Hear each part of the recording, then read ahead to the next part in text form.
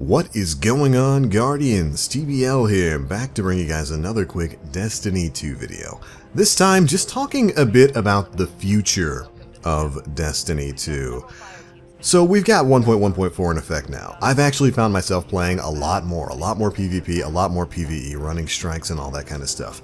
The game, I won't exactly say it's in a good spot, but this is a very good, solid step forward. We've taken our first step out of the mire, and we're making our way back onto dry land with Destiny 2.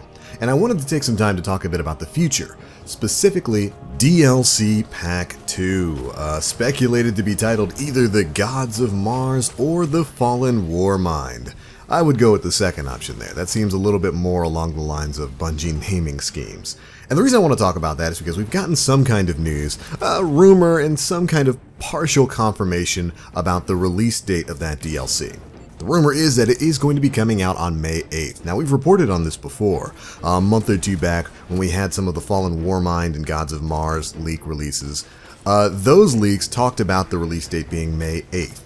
And more recently, apparently, we had a bit of a mix-up on the French version of last week's Bungie Weekly blog, This Week at Bungie. Now, this news came from Mesa Sean and one of his viewers. Basically, the French page for the weekly update actually mentioned May 8th as being the next day, the next time we were going to be getting a big update. And we know that the next big update is of course going to bring in Season 3, and that the expansion, according to Christopher Barrett, is going to be coming alongside that. So that's a lot of stuff to kind of mull over really quickly, but basically it means in about a month, we're just about a little over a month away, we might be getting the next DLC pack for Destiny 2. And that means advertising needs to start right now. If that's true, and it is really coming out in about a month, which based on everything we know it really should be, we should be hearing from Bungie very soon about the upcoming changes to the PvE environment and PvP, all the new things we'll be getting to do. And that's got me a bit excited, because right now, especially when it comes to PvE, you guys know how I feel about 1.1.4. I think it's put PvE on a much better spot.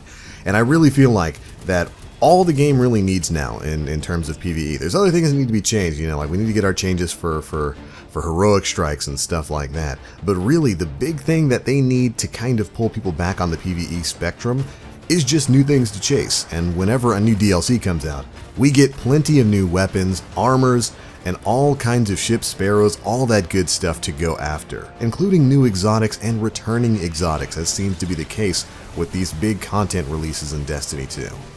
But let's not get too ahead of ourselves. So of course, first things first, again, that Bungie Weekly blog in French apparently said that May 8th was going to be the next day that we are going to be getting content from Destiny 2. This actually kind of lines up with the Destiny 2 development roadmap that we've been getting and seeing changes to for the past couple of months. So let's pay a little visit to that roadmap itself and see what exactly we can expect coming in May. And here we go.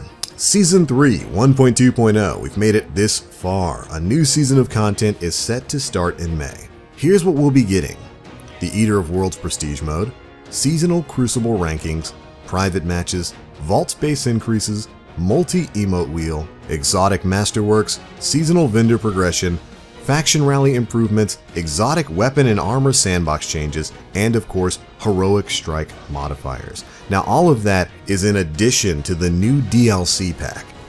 If you'll remember, after they put out the first development roadmap, they had to clarify and say, yeah, that Season 3 thing, it doesn't say anything about the DLC, but that's coming with all of its brand new content in alongside Season 3 as well. So you can look at this roadmap. These are all the things that are outside of the specific new content we're going to be getting in DLC Pack 2, which is of course going to include new story missions. Probably about 2, maybe 3 new strikes, with one of those strikes being a PlayStation exclusive. It'll have some new Crucible maps and of course, hopefully, an absolute ton of new weapons and new armor for you as a Guardian to go chasing after. And that's really kind of what I wanted to focus on. I mentioned in my kind of pseudo first impressions review of 1.1.4 that PvE feels really good to play now. It's super fun to just go in and run content. You feel way stronger, you get your abilities back faster, and of course, gotta go fast. But the one thing you really need is a reason to play the game. And that reason is of course the things that you're grinding for, those exotic weapons, those quests that you need to complete, that nightfall or strike specific loot that you just have to run one more strike to try to get. And those are all problems that are hopefully going to be solved by the introduction of new content in a little over a month. But if this stuff is coming out in May, then that means Bungie has got a little over 4 weeks to really start getting some of the promotional material out. We haven't heard any word about them sort of delaying DLC Pack 2 to a later month.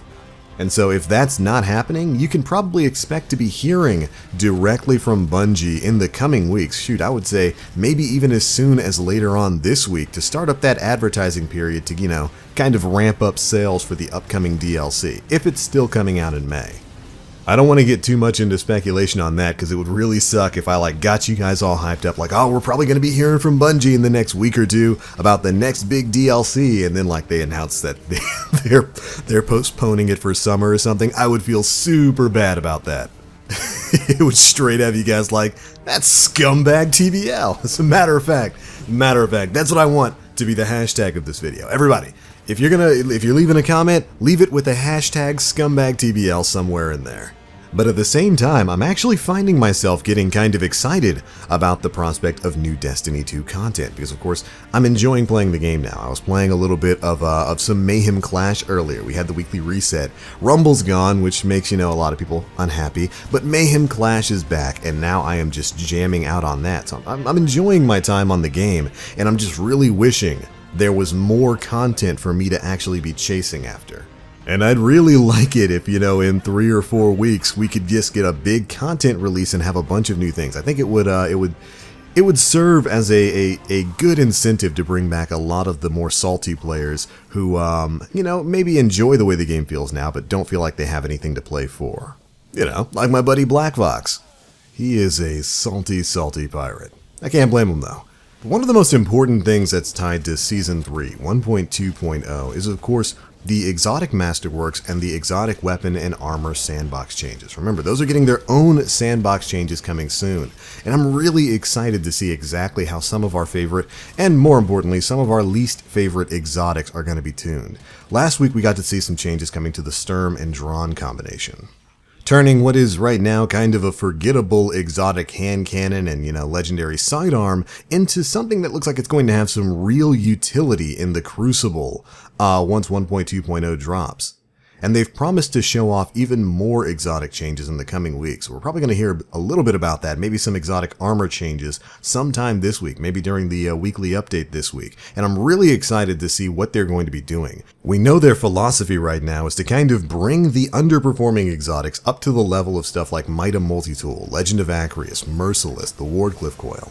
And from the changes we've seen with Sturm and Drawn, I think that might actually be possible in the upcoming exotic pass. We've seen what happened to Vigilance Wing. They haven't even changed any of the perks on that thing, but just that change to primary pulse rifle damage has brought it into being a top tier weapon. It was already a decent weapon in PvP, but now it's a top tier weapon in PvP, and I'm really excited to see what sort of directed changes are coming to exotic weapons and armor. The Tractor Cannon and Graviton Lance changes cannot come soon enough. But alright Guardians, I was just spitballing a couple of things here. I had a bunch of different almost news stories in my head I kind of wanted to spit out. The whole thing about the May 8th release date, it seems likely. I didn't really want to put too much faith even into the This Week at Bungie thing because I wasn't able to actually see the original page. If you go to the French page right now, I'll leave a link to it in the description. It doesn't have the line about May 8th. It looks like it's been changed or edited just to say the next update's coming sometime in May. But before, it reportedly said that the next update was indeed dropping on May 8th. And again, if that's going to be true, if that's something that's actually legit, we should be hearing about it really soon because I can't imagine they would just let things go up to a week before the DLC comes out and then put out a trailer or something for it. I have to imagine Activision probably wouldn't be okay with that, so here's hoping we learn something very soon. That's it for this one, Guardians. I'm glad I got all this out of my head. It's been driving me nuts for the past day or so. Are you excited for the next DLC pack for Destiny 2? Do you think the injection of new content to grind for, that new stuff to play for in a new DLC pack is going to be exactly what PvE needs to get back to that spot of just being excellent? Be sure to leave me your thoughts down in the comment section below. And do you think May 8th is the actual release date for this upcoming DLC? It certainly could be. That's it for this one, Guardians. Thanks so much for watching. If you enjoyed, feel free to drop a like and make sure you subscribe to stay up to date with all the latest videos we're putting out. Finally got my office and internet situation worked out, so we're going to be getting back to regular live streams very, very, very soon. Hopefully you Guardians tune in. But I'm out for now. Thanks so much for watching. As always, I am TheBlackLink. You Guardians, stay frosty.